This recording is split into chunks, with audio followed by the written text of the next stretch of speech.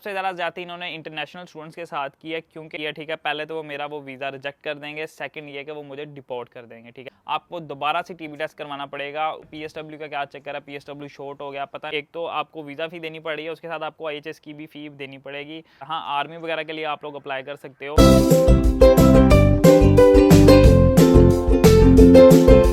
अस्सलाम वालेकुम everyone, welcome back to a new video. तो यार कैसे हो आप सब? उम्मीद करता हूँ आप सब खैरियत से होगे। तो यार कुछ दिनों से बहुत सारे मैसेज आ रहे थे कि यार हमने सुना है कि ये पॉलिसी चेंज हो रही है, ये पॉलिसी चेंज हो रही है। तो सीन कुछ ये हुआ है कि यार कुछ पॉलिसीज़ जो हैं वो चेंज हो चुकी हैं यूके के अंदर, और कुछ होने वाली हैं। बेसिकली 4 अक्टूबर से जो है कुछ पॉलिसी चेंज हो गई हैं, कुछ होने वाली हैं अक्टूबर के अंदर ही, और मे बी अक्टूबर से ऑनवर्ड भी कुछ नई पॉलिसी आने वाली हैं। तो मैंने सोचा इन डिटेल आप लोगों के लिए एक वीडियो बना दूँ जिसके अंदर मैं जो छोटी छोटी पॉलिसीज़ चेंज हो रही हैं आपको बता दूँ, ताकि अगर आप लोग यूके आने का प्लान कर रहे हो, इवन जो लोग यूके में बैठे हुए हैं, इनमें से कुछ पॉलिसीज़ ऐसी हैं जो उन लोगों के ऊपर भी इंप्लीमेंट होने वाली हैं। बेशक वो यहाँ के ब्रिटिश हों, बेशक वो स्टूडेंट वीज़े पे हों, बेशक वो वर्क वीज़े पे हों, तो कुछ पॉलिसीज़ ऐसी हैं जो उनके ऊपर भी इंप्लीमेंट होने वाली हैं। तो सबसे पहले बात कर लेते हैं हम child dependent visa. Child dependent visa basically कोई न्यू वीज़ा नहीं है आप लोग को। यार चाइल्ड डिपेंडेंट वीज़ा पता नहीं क्या चीज़ है। बेसिकली अगर आप लोग मैरिड हो, आपका कोई बेबी है और आप लोग यूके आ रहे हो, तो आप अपने बेबी को साथ में लेके आ सकते हो एज अ डिपेंडेंट। ठीक है, बहुत सारे मुझे लोग ये पूछते हैं, अभी रात भी किसी का मुझे मैसेज आया था कि यार मैं अपनी सिस्टर को डिपेंडेंट बना के ला सकता हूँ। तो ऐसा कोई सीन नहीं है। आप अपने हस्बैंड को या वाइफ को या चाइल्ड को अपने साथ एज अ डिपेंडेंट यहाँ पर लेके आ सकते हो।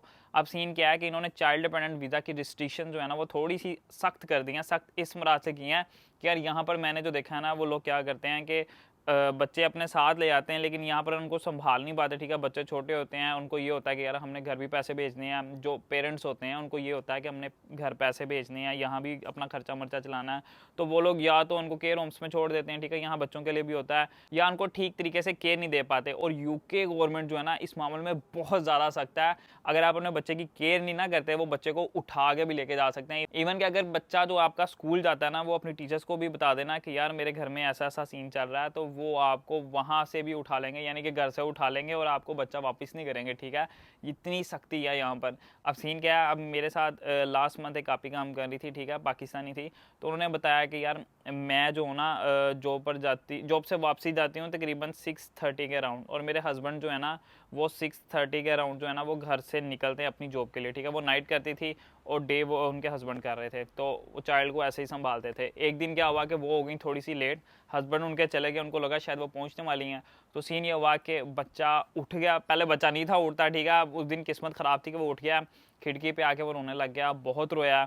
तो किसी साथ वाले नेबर ने ना पुलिस को कंप्लेन कर दी कि यहाँ पर बच्चा रो रहा है और कोई उसको चुप करवाने वाला नहीं है। तो जब वो घर पहुंची हैं तो उन्होंने देखा कि भाई बच्चा जो था वो उनके हाथ में था, उनके दरवाजे खुले हुए थे घर के। तो ज़ाहिर बात है, मदर है वो घबरा जाती है कि क्या हुआ है, घर में कोई हादसा तो नहीं हो गया। तो सीन ये है कि भाई उन्होंने उसको बताया कि भाई आप लोग कहाँ पे थे। ठीक है, अब वो उनको बता भी नहीं सकती थी कि मैं काम पर हूँ, पता नहीं अब उन्होंने क्या वजह बनाई है, मुझे याद नहीं है। लेकिन ये थी कि वो बच्चा उठा के वही ले गए, उन्होंने उसको चाइल्ड वापस नहीं किया। फिर उनको एक गारंटी लेके जानी पड़ी। ठीक है, जो बंदा यहाँ पर ऑलरेडी रह रहा है उसको लेके जाना पड़ा, उन्होंने उसकी गारंटी दी, उसके बाद उन्होंने उनको चाइल्ड वापस किया। तो यहाँ पर इस चीज़ की बहुत सख्ती है। तो इस वजह से उन्होंने रिस्ट्रिक्शन ये लगाई है कि सबसे पहले तो आपको प्रूफ दिखाना पड़ेगा, बहुत अच्छा प्रूफ दिखाना पड़ेगा कि ये आपका ही चाइल्ड है। ठीक है, मैं आपको पिक्चर दिखा दूंगा, आप लोग स्क्रीनशॉट लेके उसका पढ़ लेना उसको गौर से, लेकिन मैं आपको इन शॉर्ट बता रहा हूँ। ठीक है, सबसे पहले तो आपको प्रूफ बड़ा अच्छा दिखाना पड़ेगा कि आपका ही चाइल्ड है।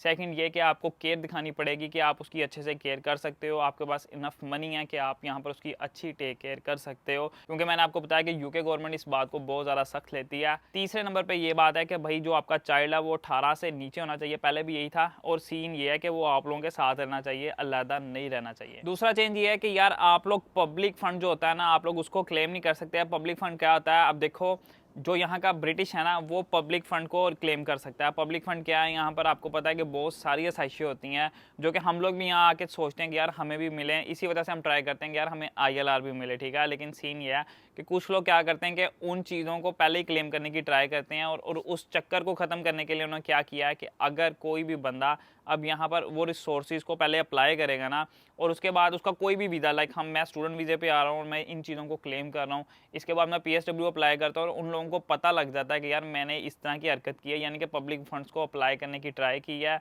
और उन लोगों को आइडिया हो गया कि यार इस बंदे ने ऐसी हरकत की है, ठीक है, पहले तो वो मेरा वो वीज़ा रिजेक्ट कर देंगे, सेकंड ये कि वो मुझे डिपोर्ट कर देंगे, ठीक है। तो ये जो चीज़ें हैं ना आप लोगों ने अपने दिमाग में रखनी है कि जब तक आप लोग ब्रिटिश नहीं ना बन जाते, आप लोग यहाँ के जो पब्लिक फंड्स हैं या पब्लिक स्कीम्स हैं, कोई भी आपको यहाँ पर, जैसे कि आपको पता है कि अगर आप घर में हो, बीमार हो, आप उनको कहते हो जी मैं काम नहीं कर सकता ये वो, तो ऐसी चीज़ें वो उनको ज़रूर फंड्स देंगे, वो चीज़ें आप नहीं क्लेम कर सकते, ठीक है। लेकिन अगर वो क्लेम आप लोग करते हैं ना तो वो आप लोगों के लिए बाद में मुश्किल है, ठीक है। पहली बात ये तो आपको मिलना ही नहीं है, ठीक है। आपने क्लेम किया, उनको पता लग गया, जब आप दूसरा वीज़ा अप्लाई करते हो, कोई भी लाइक PSW करते हो या वर्क वीज़ा अप्लाई करते हो, तो उस टाइम पर वो आपका रिजेक्शन भी होगा और आप लोगों को वो डिपोर्ट भी कर देंगे। तो इस चीज़ का आप लोगों ने ख्याल रखना है। अब बात कर लेते हैं थर्ड चेंज की। तो यार थर्ड चेंज ये है कि आपको पता है आप किसी भी वीज़े पे किसी भी मुल्क में जाते हो, ठीक है, लाइक आप UK में आ रहे हो, स्टूडेंट वीज़ा पे आ रहे हो, डिपेंडेंट वीज़ा पे आ रहे हो, वर्क वीज़ा पे आ रहे हो, तो आप लोगों को TB टेस्ट जो है वो करवाना ही करवाना पड़ता है, ठीक है। लेकिन अब सीन क्या है कि अगर आप अपनी होम कंट्री में वापस चले जाते हो, लाइक मुझे छुट्टियां हैं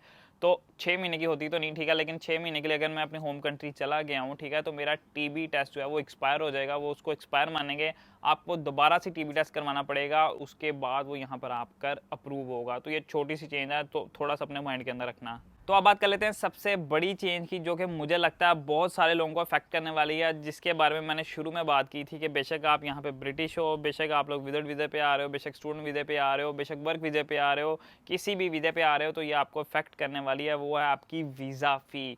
तो मैंने इसके बारे में पहले भी एक वीडियो बनाई थी डिटेल के अंदर, तो फिर से मैं दोबारा बता रहा हूँ और थोड़ा सा आपको बता भी रहा हूँ कि कितनी फ़ीस इंक्रीज़ हो गया। उस टाइम पे थोड़ा सा एस्टीमेट था, लेकिन इस टाइम मेरे पास लिस्ट आ चुकी है, वो मैं आपके साथ स्क्रीन पे भी शेयर कर दूँगा, लेकिन साथ साथ मैं आपको बताता जाऊँगा कि वीज़ा फ़ीस जो है वो कितनी इंक्रीज़ हो रही है। तो भाई अगर आप लोग आ रहे हो विजिट वीज़ा पे 6 मंथ का जो होता है, उसके ऊपर आपको भाई 15% जो है ना वो अब ज़्यादा पे करना पड़ेगा। लाइक पहले जो था वो 100 पाउंड था, लेकिन अब वो 115 पाउंड हो गया है। उसके बाद बात करते हैं स्किल्ड वर्कर वीज़ा की, तो भाई वो भी 15% बढ़ गया। पहले वो 625 पाउंड का था, अब वो 719 यानी 719 पाउंड का हो गया है। नेक्स्ट जो है वो इनोवेटर फाउंडर वीज़ा है, ठीक है, वो भी 15% इंक्रीज़ हो गया। पहले वो 1036 का था, अब वो 1191 पाउंड का हो गया है। हाई पोटेंशियल इंडिविजुअल वीज़ा ये छोड़ देते हैं। उसके बाद बात कर लेते हैं UK एक्सपेंशन वर्कर वीज़ा, ठीक है, अगर आपको एक्सपेंशन चाहिए तो उसकी भी 15% जो फीस है वो इंक्रीज़ कर गई है।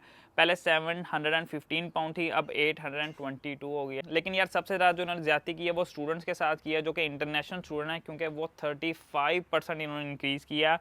पहले जो फ़ीस थी भाई वो 363 पाउंड थी, जो कि अब 490 पाउंड कर दिया। अभी मैंने लास्ट जो कल वीडियो अपलोड की थी उसके नीचे भी मैंने कुछ ऐसे कमेंट पढ़े थे जिन्होंने कहा था कि यार क्योंकि वीज़ा फ़ीस जो है वो इंक्रीज़ हो रही है, इस वजह से मैंने जेन्युइन इनटेक कैंसिल कर दिया। अब आप कहोगे यार कमेंट तो आप पढ़ते नहीं हो, मैं भाई सारे कमेंट पढ़ता हूँ, ठीक है, तो जो मुझे लगता है कि यार इसको जवाब देना चाहिए तो मैं साथ साथ जवाब भी देता रहता हूँ। लेकिन अब बात यह है कि भाई स्टूडेंट वीज़ा जो है ना वो सबसे ज़्यादा इन्होंने इंक्रीज़ किया, लेकिन उसके साथ साथ अगर आप ग्रेजुएट वीज़ा पे जा रहे हो फिर भी 15% जो है वो इन्होंने इंक्रीज़ कर दिया है। पहले 715 पाउंड था, अब 822 पाउंड आपको देने पड़ेंगे। तो भाई ये जो है ना काम बिल्कुल ख़राब है। इन्होंने ILR का भी बढ़ा दिया है और ब्रिटिश का भी इन्होंने यहाँ पर जो है ना वो पैसे बढ़ा दिए हैं। तो भाई ये हर एक बंदे को जो ना इफेक्ट करने वाली है। तो अगर कोई भी आ रहा है तो यार ठीक है 35% है, पर लाइक अगर आपका 3 साल का वीज़ा लग रहा है ना तो आपको 1 लाख ज़्यादा देना पड़ेगा, ठीक है, लेकिन 1 लाख की वैल्यू इस टाइम पे बहुत ज़्यादा है क्योंकि महंगाई बहुत हुई है और पाउंड शुक्र करोगे पाउंड नीचे आ गया, ठीक है, लेकिन स्टिल आपको इफेक्ट करने वाला है ये। और डू लेट मी नो कि आप किस यूनिवर्सिटी के अंदर आ रहे हो जनवरी इनटेक के अंदर, और कमेंट सेक्शन के अंदर अपनी यूनिवर्सिटी का नाम ज़रूर छोड़ देना, ताकि जो भी स्टूडेंट सेम यूनिवर्सिटी से है तो आपके साथ मीटअप कर लेगा, आपको मैसेज कर देगा, तो उससे ये फ़ायदा होगा अगर वो ऑलरेडी वहाँ पहुँच चुका है या उसके बाद कोई अकोमोडेशन है, उसको शेयर में एक बंदा चाहिए तो वो आपके साथ मिल के अकोमोडेशन ले सकता है। नेक्स्ट चेंज की बात करूँ तो भाई वो भी बहुत बड़ी चेंज है। अगर वो भी बढ़ गई ना तो सीन ये है कि एक तो आपको वीज़ा फ़ी देनी पड़ेगी, उसके साथ आपको IHS की भी फ़ी देनी पड़ेगी। मैं बात कर रहा हूँ IHS फ़ीस की, जो कि इन्होंने ऑलरेडी कह दिया कि भाई वो इंक्रीज़ होगी। इस बारे में मैंने डिटेल में वीडियो ऑलरेडी अपलोड किया हुआ, तो आप लोग वो जाके देख लेना। लेकिन इन शॉर्ट बता रहा हूँ कि भाई IHS की फ़ीस जो आपको यहाँ पर हेल्थ इंश्योरेंस की फ़ीस पे करनी पड़ती है वो भी ये लोग बढ़ा रहे हैं। लास्ट चेंज की बात करूँ तो यार मेरे ख्याल में सबसे ज़्यादा फजूल चेंज इन्होंने किया है, क्योंकि ये चेंज ऐसा है लाइक आप कह लो कि यार जैसे आप शॉर्टेज ऑक्यूपेशन लिस्ट में आते हो ना, जो कि होती है आपकी हेल्थ केयर की होती हैं या इस तरह की कंस्ट्रक्शन की होती हैं, तो उसके अंदर इन्होंने एक और एडअप किया है प्रिजन सर्विस ऑफिसर, ठीक है। अब यानी कि पुलिस की भर्ती है। अब बात यह है कि पुलिस में आप कैसे भर्ती होगे, अब आप कहोगे कि यार ये कैसे, आप क्या बात कर रहे हो। अब सीन ये है कि पुलिस की भर्तियाँ तो उन्होंने खोल दी हैं, लेकिन बात यह है कि वही बंदा अप्लाई कर सकता है जो भाई यहाँ का ब्रिटिश बंदा आता है, ठीक है, और कोई बंदा इसको अप्लाई नहीं कर सकता। हाँ, आर्मी वगैरह के लिए आप लोग अप्लाई कर सकते हो, लेकिन कोई भी बंदा पुलिस के अंदर भर्ती नहीं ले सकता। बहुत सारे मुझे इंडियंस के ये मैसेज ज़रूर आते हैं, पंजाबी भाइयों के ज़रूर मैसेज आते हैं कि यार हमें आर्मी में आना है, हमें पुलिस में आना है, हमें बताओ हम क्या करें। तो यार आर्मी वगैरह की वेबसाइट पे आप लोग अप्लाई कर सकते हो, ठीक है, वहाँ से आपकी लक चल सकती है, लेकिन पुलिस में वो बंदा नहीं आ सकता जो कि ब्रिटिश ना हो। तो मेरे ख्याल में ये बड़ी फजूल चेंज की है इन्होंने। और लास्ट में एक दो बातें और क्लियर कर देता हूँ, क्योंकि बहुत सारे स्टूडेंट और डिपेंडेंट्स के ये मैसेज आए हुए थे कि भाई साहब हमें यूके आना अपने डिपेंडेंट के साथ, ठीक है, तो हमें बताओ हम आ सकते हैं या नहीं आ सकते। तो यार बीपीपी के अंदर अभी ना अक्टूबर, नवंबर, दिसंबर ये वाले इनटेक अवेलेबल है। अगर इन इनटेक के अंदर आपके ऑफर लेटर आ सकते हैं, अभी ओपन एडमिशन ओपन है, ठीक है। अगर आपको मेरी भी हेल्प चाहिए, अगर आप पाकिस्तान से हो, ठीक है, तो मैं आपका भी केस करवा सकता हूँ, लेकिन कि आपका भी एडमिशन करवा सकता हूँ, लेकिन सीन ये है कि आप लोग मुझे इंस्टाग्राम पे मैसेज करना पड़ेगा, तो वहाँ से मैं आपकी हेल्प कर सकता हूँ। तो इन डिटेल आप मुझे बता देना कि भाई आपने मास्टर्स किया हुआ है, BSc किया हुआ है, आपकी कंप्लीट है, उसके बाद आप लोग प्रोसेस करवा सकते हो। बैचलर वाला अपने डिपेंडेंट को साथ नहीं ला सकता, तो ये बात याद रखना। बहुत सारे स्टूडेंट को ये गलतफहमी हो जाती है कि हम बैचलर पे भी लेके आ सकते हैं अपनी मिसिस को, तो ऐसा कोई सीन नहीं है कि भाई अगर कोई मास्टर्स के बाद अपनी BSc के बाद फिर आना चाह रहा है तो फिर मैं उसकी हेल्प कर सकता हूँ, फिर वो अपनी मिसिस को यहाँ पर ला सकता है। अगर आपका केस डल गया तो भाई फिर आप ला सकते हो, अगर आप जनवरी इनटेक में चले गए फिर आप अपनी मिसिस को साथ में नहीं ला सकते। तो डिपेंडेंट ला सकते हैं, लेकिन बात यह है कि ये आपके पास 3-4 मंथ हैं, ठीक है, इसके अंदर ही लेके आना है, इसके बाद आप डिपेंडेंट को नहीं ला सकते, यानी कि जनवरी के बाद। और एक और बात के स्टूडेंट बहुत पूछ रहे हैं कि यार PSW का क्या चक्कर है, PSW शॉर्ट हो गया, पता नहीं। ये वीडियो मैंने 6-7 मंथ पहले बताई थी जब इन्होंने ये नया रूल निकाला था कि हम PSW को शॉर्ट करेंगे, लेकिन मेरे नहीं ख्याल में इसको शॉर्ट करने वाले हैं। अभी ऐसा कोई रूल नहीं निकला अब तक, ठीक है, इन्होंने बात ज़रूर की थी, लेकिन अभी उस पर किसी तरह के पूरे ऊपर नहीं हुए। जैसे कि इन्होंने IHS की फीस का कहा था कि हम करेंगे, वो इन्होंने कर दिया, लेकिन PSW के ऊपर अभी कोई हरकत नहीं है। बात इकट्ठी हुई थी, ठीक है, तो अब हुई तो मैं आपको बता दूंगा, लेकिन अब तक ऐसी कोई बात हुई नहीं है, ठीक है, तो घबराने वाली बात नहीं है। जो भी आ रहे हो तो आपको 2 साल का PSW मिलने वाला। तो उम्मीद करता हूँ आपको आज की वीडियो अच्छी लगी होगी। वीडियो अच्छी लगी है तो वीडियो कर देना लाइक, चैनल पे नहीं हो तो चैनल कर देना सब्सक्राइब। मिलते हैं इंशाल्लाह नेक्स्ट वीडियो में। अल्लाह हाफिज़।